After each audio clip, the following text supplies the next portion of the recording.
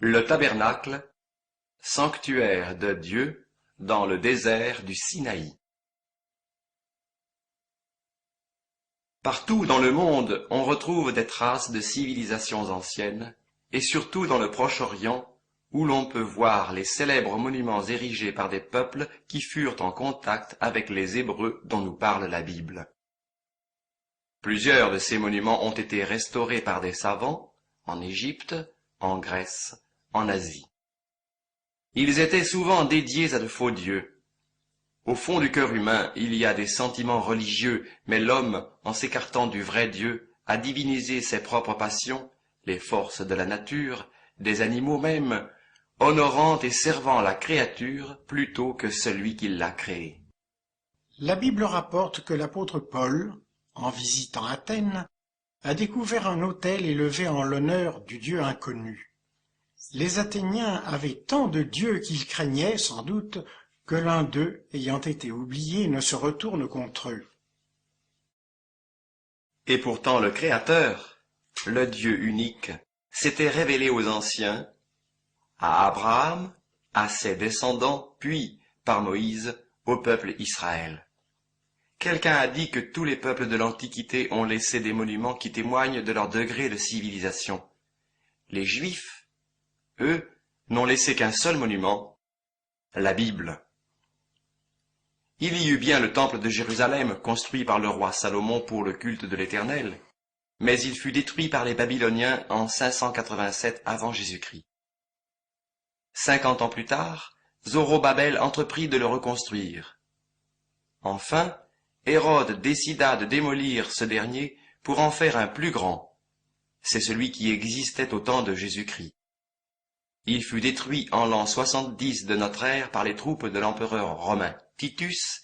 Il n'en subsiste que des fondations appelées murs des lamentations. Mais avant que ces temples existent, comment donc le peuple Israël adorait-il son Dieu, celui qui s'était révélé aux patriarches? Pour répondre à cette question, il faut se rappeler qu'une grande famine survint en Canaan, pays donné par Dieu au peuple hébreu. Celui-ci dut s'exiler en Égypte où il habita plus de 4 siècles. Il y devint si nombreux que le Pharaon, roi d'Égypte, inquiet, les persécuta. Il dut s'enfuir sous la direction de Moïse. À ce moment-là, les premiers-nés d'Israël furent mis à l'abri du jugement divin grâce au sacrifice de l'agneau de Pâques, dont le sang marqua leur maison à l'extérieur. Ce sang préfigure celui qui fut versé par le Messie d'Israël, Jésus. Il mourut crucifié 15 siècles plus tard. Dieu désira qu'Israël, qu'il aimait, fût un peuple d'adorateurs et se souvienne avec reconnaissance de cette nuit mémorable de Pâques en Égypte. Dès leur sortie d'Égypte, les Juifs rencontrèrent un obstacle qui leur parut infranchissable. La mer Rouge était devant eux, tandis que les troupes du Pharaon les poursuivaient. Alors, sur l'ordre de Dieu, Moïse fendit miraculeusement la mer Rouge que le peuple traversa à sec. Mais à cause de leur manque de foi, ils mirent 40 ans à franchir le désert jusqu'à leur entrée en Canaan.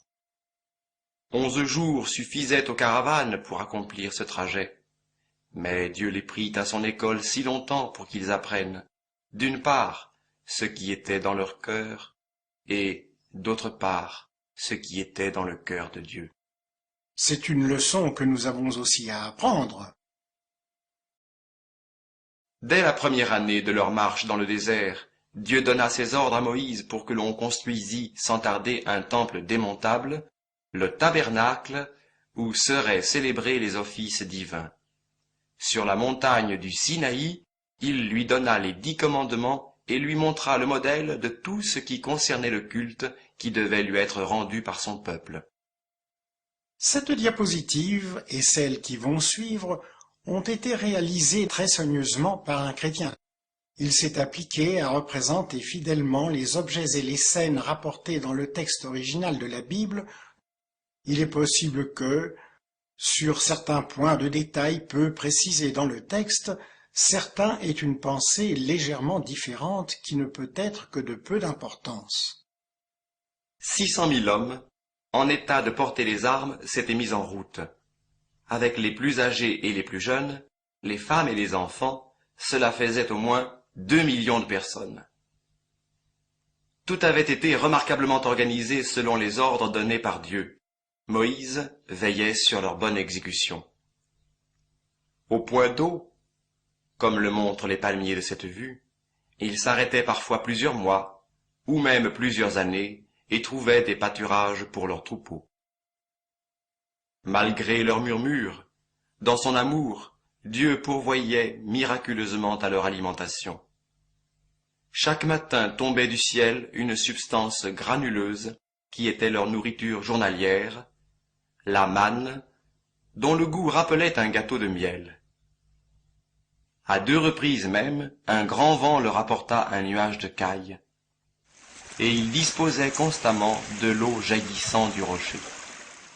Quant à nous aujourd'hui, rappelons-nous des paroles de Jésus qui a dit « Ne soyez pas en souci, disant « Que mangerons-nous » ou « Que boirons-nous » Votre Père céleste sait de quoi vous avez besoin. Faisons-lui donc confiance. Tout ce peuple était groupé en 12 tribus selon les noms des 12 fils de Jacob. À chaque arrêt, ils campaient sous leur tente selon un ordre prescrit d'avance. Au centre se trouvait toujours le temple démontable, le tabernacle, dont une famille, celle des fils de Lévi, les Lévites, assurait le service. Dieu voulait habiter au milieu de son peuple terrestre qu'il aimait, Comme aujourd'hui dans l'Église, son peuple céleste qu'il aime aussi. Cette fumée qui s'élève au-dessus du tabernacle est un nuage surnaturel, appelé en hébreu la Shekinah, la nuée, montrant que Dieu était présent là. Elle se levait lorsque le peuple devait reprendre sa route et s'arrêtait lorsque leur étape était terminée. La nuit, elle apparaissait lumineuse. Ainsi le chrétien doit-il rechercher et discerner la volonté de Dieu pour sa marche et ses activités dans ce monde. Dès maintenant et par la suite, nous verrons que l'on peut faire de nombreux rapprochements entre les ordres que Dieu a donnés au peuple juif et les enseignements de Jésus et de ses apôtres concernant l'Église et les chrétiens. Jésus lui-même n'a-t-il pas dit « Sondez les Écritures, ce sont elles qui rendent témoignage de moi » Le Nouveau Testament n'existait pas à l'époque de Jésus. Les Écritures, c'était l'Ancien Testament, notamment les livres de Moïse qui nous occupent actuellement. Ce qui est écrit au sujet d'Israël nous concerne maintenant et doit nous servir d'exemple et d'avertissement. Tous ces faits réels, écrits sous l'inspiration de l'Esprit Saint, cachent, sous une forme imagée, de précieux enseignements. Ils sont comme une figure, une ombre aux contours imprécis des choses célestes et à venir, centrées sur la personne de Jésus-Christ. Telle l'ombre d'une main sur l'écran indique qu'il existe réellement une main, ces ombres des choses spirituelles proclament qu'il y a une réalité, et cette réalité, c'est Jésus-Christ lui-même. Une clôture entoure le tabernacle où l'Éternel a promis sa présence. Il convenait que ceux qui désiraient s'approcher de lui pour lui offrir des sacrifices soient séparés de la foule. C'est le parvis. Il mesure 50 mètres sur 25. Il est constitué par une tenture haute de 2 mètres 50 qui met la maison de Dieu à l'écart de l'ambiance extérieure. Cette clôture est en fin coton retors ou en lin, emblème de la vie pure et sans tache du Christ qui doit se refléter sur les vrais chrétiens en témoignage extérieur face au monde. Il est écrit dans l'Apocalypse que le fin lin éclatant et pur, ce sont les justices des saints. Cet ensemble est porté par des piliers reposant sur des bases d'airain. L'airain est un alliage de cuivre et de quelques autres métaux obtenus par fusion à très haute température. De ce fait, il figure le jugement divin. Lorsque Moïse recensa le peuple, chacun, riche ou pauvre, dut donner en offrande à l'Éternel un demi-cycle d'argent pour son rachat. Cet argent fut utilisé pour le plaquage des chapiteaux des piliers et la confection des tringles qui les reliaient entre eux par le haut, ainsi que des crochets auxquels était suspendue la blanche tenture du parvis. Cet argent a une valeur symbolique. Le véritable prix du rachat est le sang de Christ versé pour nous. Des cordages attachaient les piliers à des pieux d'airain enfoncés dans le sol. Ainsi, cette clôture formait un ensemble solide, montrant par avance, comme le dit l'Évangile, que Jésus-Christ est mort pour rassembler en un les enfants de Dieu dispersés. une seule porte spacieuse, de 10 mètres de large, permettait de pénétrer dans le parvis. Nouvelle évocation de Jésus qui a dit « Je suis la porte. Si quelqu'un entre par moi, il sera sauvé. » Au jardin d'Éden, l'homme pécheur, chassé par Dieu, avait son chemin de retour vers l'arbre de vie barré par des anges appelés chérubins, leurs épées tournoyantes en main. Il n'en est pas ainsi de cette porte qui, au contraire, est ornée d'un rideau porté par 4 piliers. On l'écarte facilement pour entrer. Il est artistiquement brodé de bleu, de pourpre, d'écarlate et de fin coton retors. Toutes choses qui nous parlent aussi de Christ. Le bleu, Représente celui qui est descendu du ciel, l'écarlate, son sang qui a été répandu, la pourpre, la gloire qui succède à ses souffrances au titre de souveraineté universelle, le coton. sa parfaite humanité. Une seule condition est exigée pour pénétrer dans le parvis. Il faut apporter un sacrifice. Nous allons donc suivre en pensée un Israélite qui entre. À quelques pas devant lui se trouve l'autel d'airain, de forme carrée de 2,50 m de côté et de 1,50 m de haut. Il est en bois de sittim, sorte d'acacia imputrescible, plaqué d'airain, qui s'est révélé scientifiquement réfractaire au feu. Sous l'autel, une grille d'airain supportera le feu du jugement. Des ustensiles d'airain, pelles, fourchettes, bassins, vases à cendres sont prévus pour le service de l'autel. Notre Israélite, convaincu qu'il a péché et ainsi déshonoré Dieu, apporte son offrande à Dieu, un animal qui va être immolé selon les prescriptions de la loi de Moïse. Mais il n'est pas le seul, comme le montrent ces clichés. D'autres, comme lui, ont un péché sur la conscience. Le péché est une offense à Dieu. Sa justice exige une réparation, un châtiment. La Bible déclare que le salaire du péché, c'est la mort, celle du coupable ou celle de la victime offerte à sa place.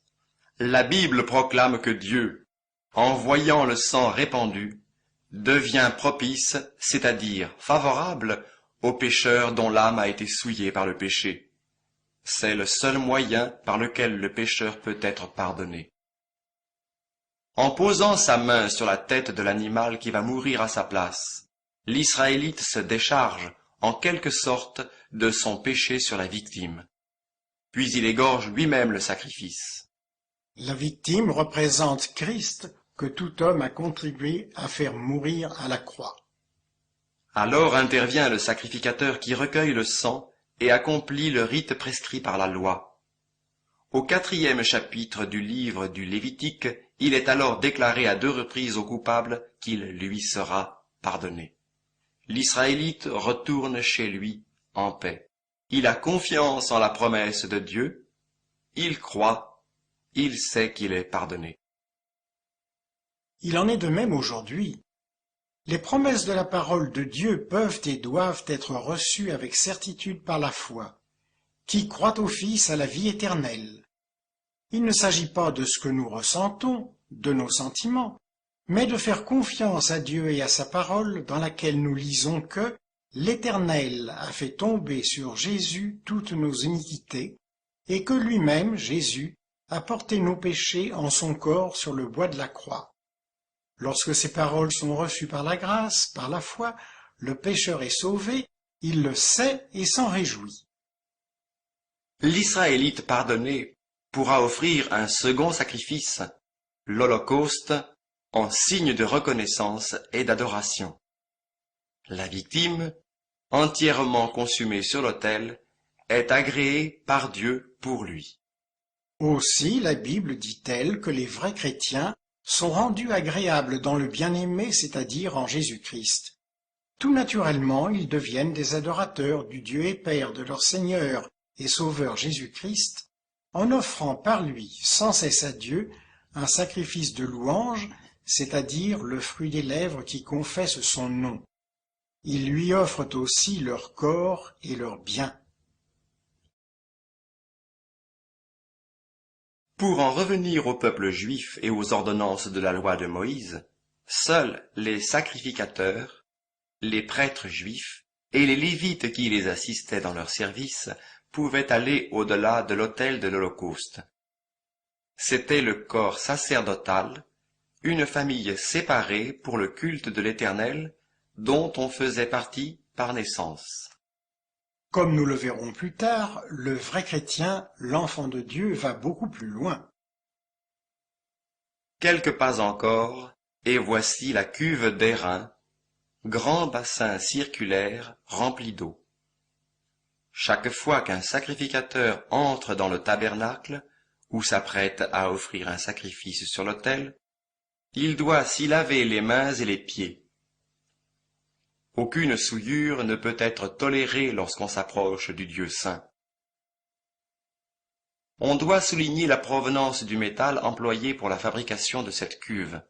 Ce sont les miroirs, à cette époque métalliques, dont faisaient usage les femmes qui se tenaient à l'entour du tabernacle. Ayant du cœur pour l'Éternel, elles ont fait volontiers le sacrifice de cet objet de vanité. Un bon exemple pour nous. Sommes-nous prêts à de tels sacrifices? D'autres leçons se rattachent encore à la cuve d'airain. Dès qu'un vrai chrétien a manqué et déshonoré le Seigneur par quelque péché ou désobéissance que ce soit, son être spirituel en est souillé. Plus la conscience est délicate, plus vite cette constatation lui est sensible.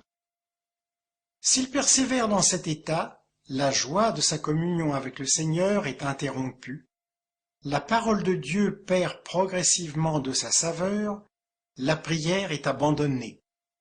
Il a moins de plaisir parmi les vrais chrétiens au milieu desquels il se sent comme un hypocrite. Son salut n'est pas perdu, la vie éternelle est toujours là, mais il y a un nuage entre le Seigneur et lui. L'Esprit de Dieu, au lieu de l'entretenir du Seigneur, lui fait sentir sa culpabilité. Que faire? Sans tarder, retourner vers Dieu, lui confesser sa faute, en rechercher les causes profondes en se jugeant soi-même. Alors, à la lumière de la parole de Dieu, il reprend conscience de l'efficacité du sacrifice de la croix. Il retrouve la joie du salut. Il est restauré selon la promesse de Dieu. Si nous confessons nos péchés, il est fidèle et juste pour pardonner nos péchés et nous purifier de toute iniquité. Dans le 13e chapitre de l'évangile de Jean, le Seigneur Jésus nous donne la plus belle illustration de ce qu'est la cuve d'airain, lorsqu'il lave lui-même les pieds de ses disciples.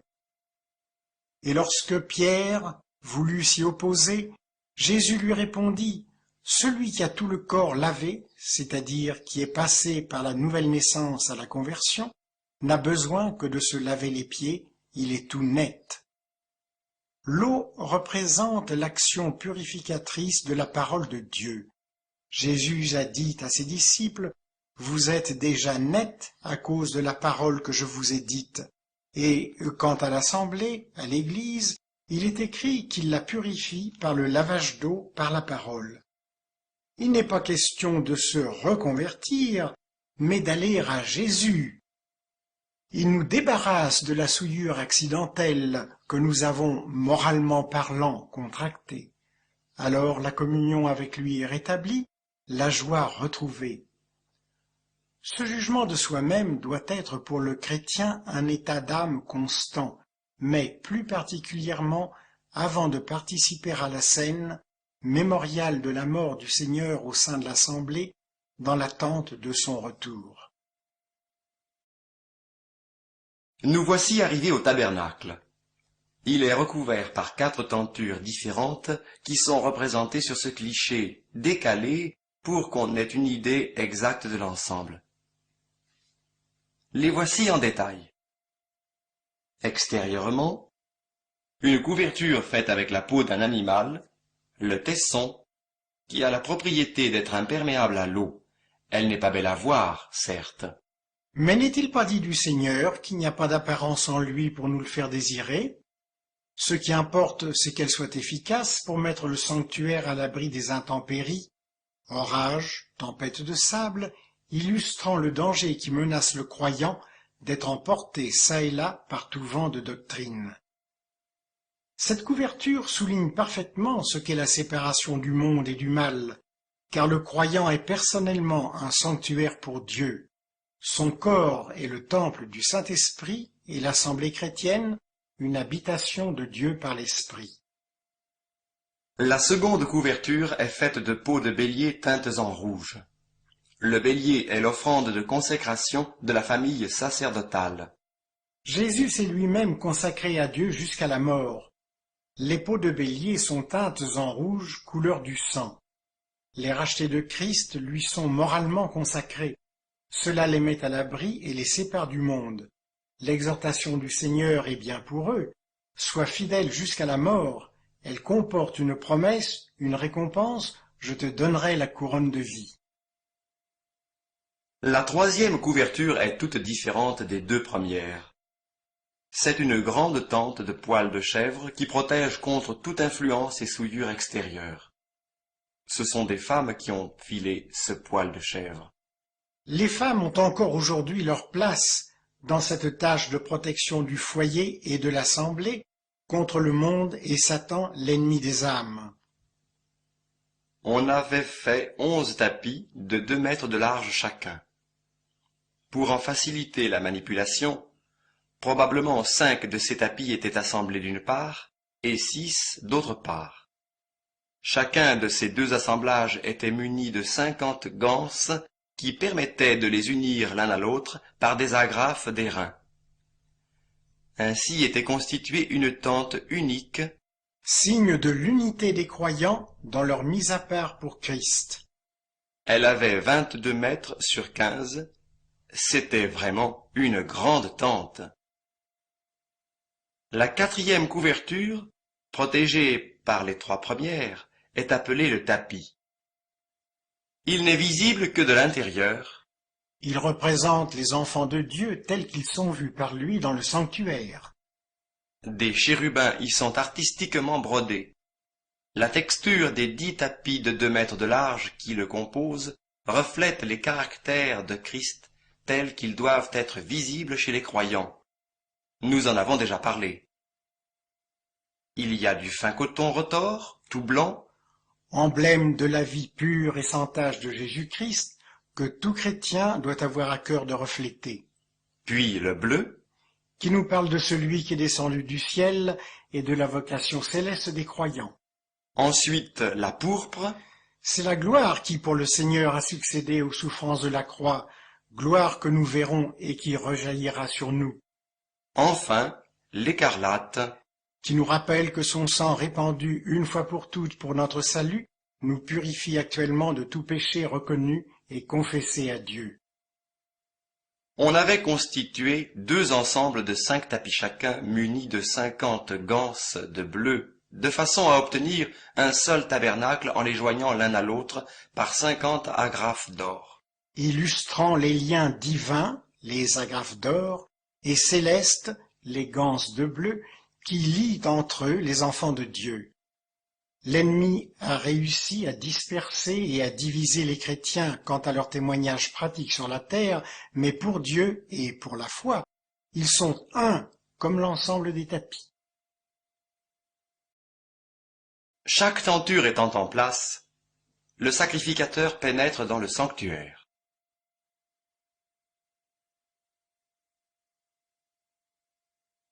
Nous allons maintenant supposer que les tentures ont été enlevées. D'en haut, nous voyons l'intérieur du tabernacle.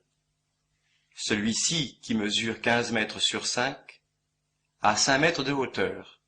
Il est divisé en deux parties, la première, appelée le lieu saint, de 10 mètres sur 5, la seconde, le lieu très saint, est cubique. Elle a 5 mètres dans tous les sens. À l'entrée du lieu saint, il y a un rideau. Celui-ci est brodé avec les mêmes éléments que le dernier tapis que nous avons vu. Il est tenu en place par 5 piliers de bois de sittim plaqués d'or, reposant sur des bases d'airain. Voici le détail de ces piliers.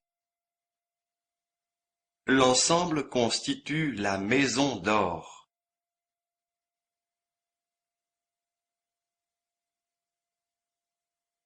Que voici vue de derrière.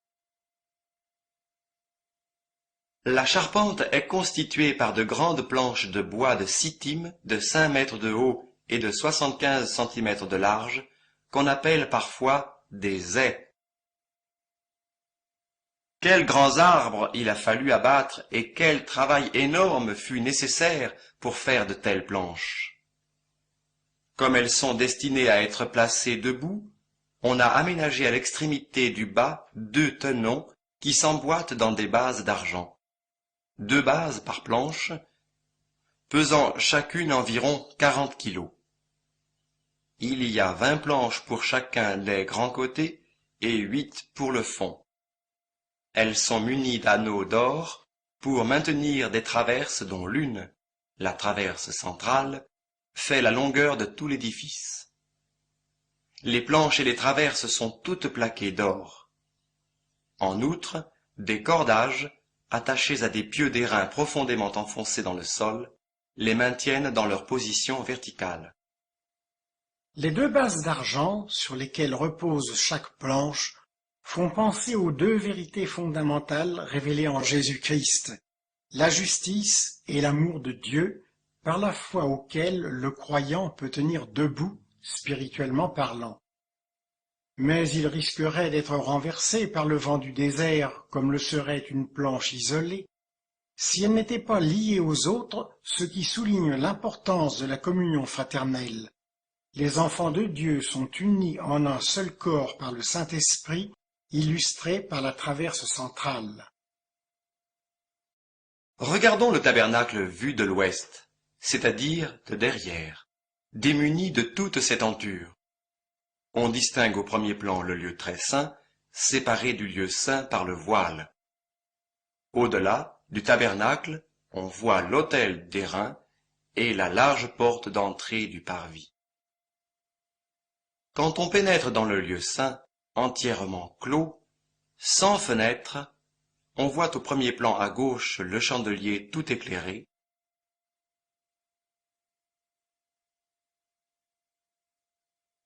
à droite la table des pains de proposition et au fond l'autel d'or.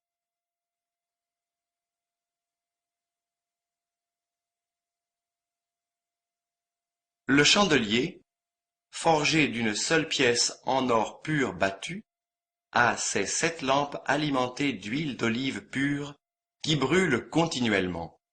Il préfigure Jésus qui a dit « Je suis la lumière du monde », tandis que l'huile est, comme dans toute la parole, un symbole du Saint-Esprit.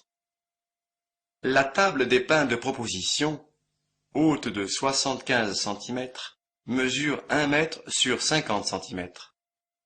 Elle est en bois de sittim plaqué d'or pur. Les pains, au nombre de 12, représentent l'ensemble du peuple d'Israël. Ils sont placés en 2 rangées, chacune surmontée d'encens. Pour nous, chrétiens, cette table représente encore Jésus-Christ. Ici, il est vu comme portant tous les siens devant Dieu. Les pains eux-mêmes, faits de fines fleurs de farine, étaient renouvelés chaque sabbat et servaient de nourriture aux sacrificateurs. Il nous rappelle que Christ est la nourriture spirituelle nécessaire pour la formation et la croissance de notre homme intérieur. Le rebord qui entoure la table nous dit la sécurité que nous avons en lui.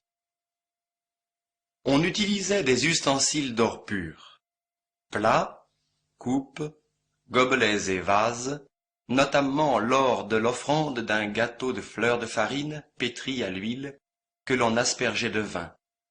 C'était la libation. Au fond du lieu saint, il y a l'autel d'or.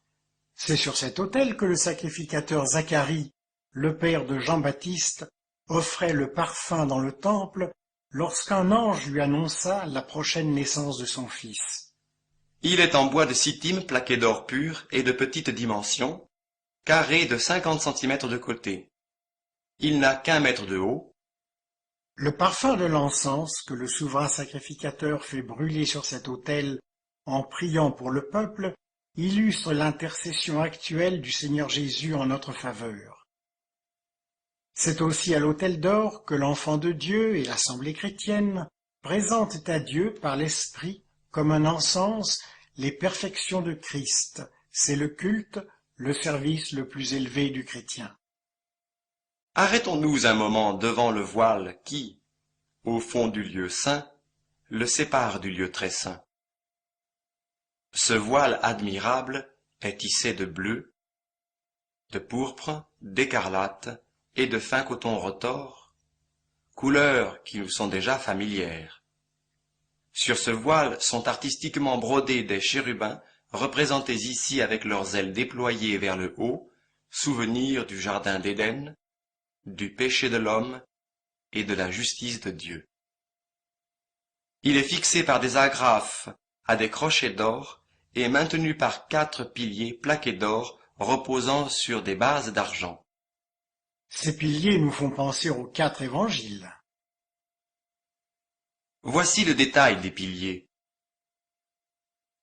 Tandis que la porte d'entrée du parvis est large, et nombreux ceux qui peuvent la franchir, nous voici maintenant devant ce voile qui constitue un obstacle empêchant d'entrer dans la présence de Dieu.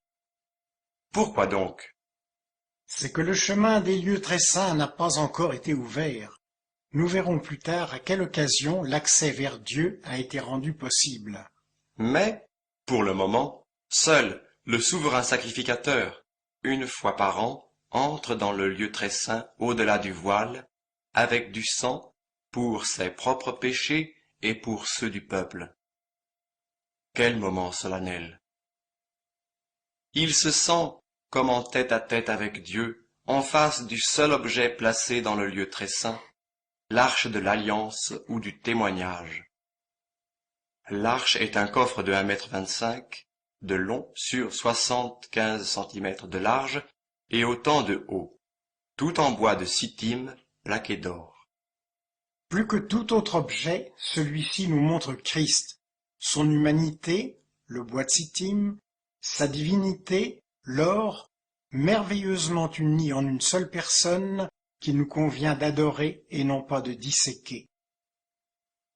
L'arche est surmontée d'un couvercle appelé le propitiatoire, d'un mot hébreu qui signifie couvrir. Dans l'Ancien Testament, lorsqu'il est dit que propitiation est faite pour les péchés, il est précisé qu'ils sont couverts.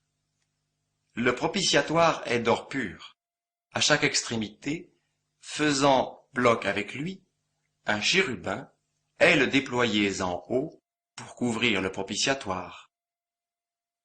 Ils sont donc 2 face à face, leur regard contemplant le sang de la victime dont le sacrificateur a aspergé le propitiatoire.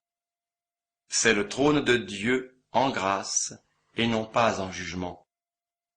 Là, Moïse recevait les messages de Dieu pour son peuple Israël.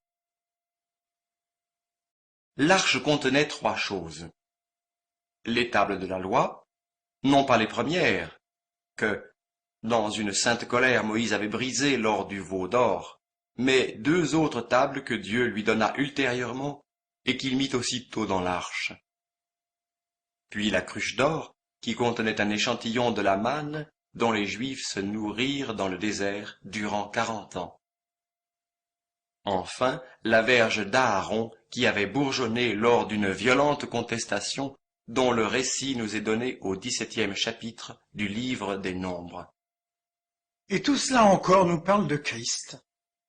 La loi de l'Éternel était au-dedans de lui, et il l'a parfaitement accomplie. Il se nomme lui-même le pain du ciel, nourriture pour les siens, vrai manne spirituel. Et la verge d'Aaron qui avait bourgeonné est signe de résurrection. Toutes ces précieuses prescriptions nous sont relatées dans les chapitres 25 à 40 du livre de l'Exode, ainsi que dans l'Épître aux Hébreux, où la supériorité, l'excellence de Christ par rapport à toute la loi de Moïse et ses ordonnances sont merveilleusement démontrées. Le souverain sacrificateur occupait une position d'intermédiaire entre Dieu et son peuple. Mais maintenant Jésus est le seul médiateur entre Dieu et les hommes. C'est en son nom que nous lui adressons nos prières et que nous lui offrons nos louanges. Nous avons vu que les objets de valeur étaient tous munis de barres, permettant aux Kéatites, auxquels ce service était dévolu, de les porter sur l'épaule. Ainsi, ceux qui les croisaient dans le désert voyaient qu'ils transportaient des objets précieux. Ceux que nous rencontrons sur notre route peuvent-ils discerner que nous possédons le plus grand des trésors, Jésus-Christ comme sauveur et maître? Le vêtement de dessus du souverain sacrificateur est l'éphod, grand châle, manteau, genre de chasuble muni d'une ceinture. Il est tissé comme le voile, de bleu, de pourpre, d'écarlate et de fin coton retors, toutes choses qui, comme nous l'avons déjà vu, nous parlent des gloires de Christ. Mais en plus se trouve tissé, parmi les précédents, un fil d'or en témoignage de sa gloire divine. Quand il était sur la terre, Dieu avait déclaré à plusieurs reprises « Tu es mon fils ». Maintenant qu'il est dans la gloire, Dieu proclame « Tu es sacrificateur pour l'éternité ». Sur ses épaules brillent 2 pierres d'onyx qui sont solidement fixées. Sur chacune d'elles sont gravés les noms de 6 fils d'Israël. Ainsi, le Seigneur Jésus, qui a porté sa croix sur ses épaules, nous porte maintenant de même, nous, ses brebis, car il est notre bon berger. Nous profitons ainsi de sa force. Sur sa poitrine, le pectoral, coussin carré de 25 cm de côté, bien attaché sur l'éphod, porte 12 pierres précieuses enchâssées dans des montures d'or.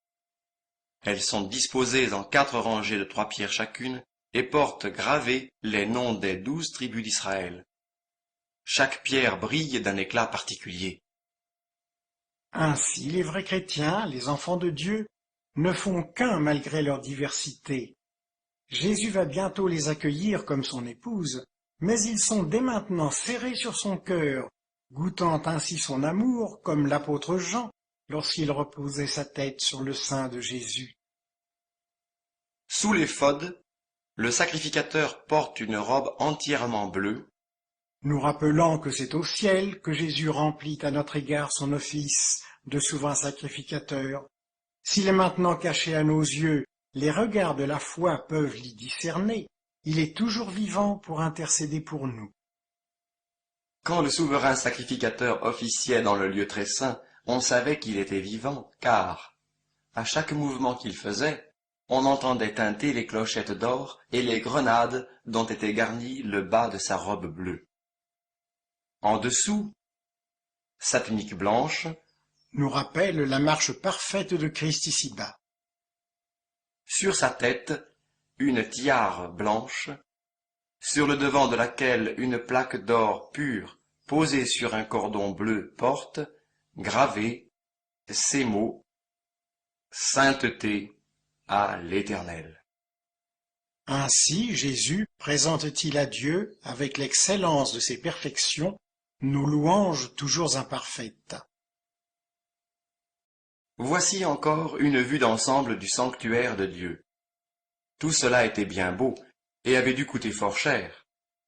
On se souvient qu'avant de quitter l'Égypte, les fils et les filles d'Israël avaient demandé à leurs voisins et voisines, selon l'ordre de l'Éternel, des objets d'or et d'argent, et des vêtements qu'ils ont emportés en grande quantité. Une certaine partie a été utilisée, hélas, pour faire le veau d'or. Mais l'ensemble du peuple a donné libéralement de leurs biens et de leurs richesses pour la construction du tabernacle. Il n'y avait aucune contrainte, chacun donnait selon son cœur ou fabriquait des objets. On tissait aussi des étoffes, chacun selon ses capacités, jusqu'au jour où l'on a rendu compte à Moïse qu'on avait apporté beaucoup plus d'offrandes qu'il n'était nécessaire. La collecte cessa. Qu'en est-il de nous actuellement? Sommes-nous aussi généreux en ce qui concerne l'œuvre du Seigneur? Nous aurons un jour à lui rendre compte de la façon dont nous aurons géré pour lui notre temps, nos facultés physiques et intellectuelles ainsi que nos biens. Tout cela ne nous appartient pas, mais Dieu nous l'a confié pour le faire valoir pour lui.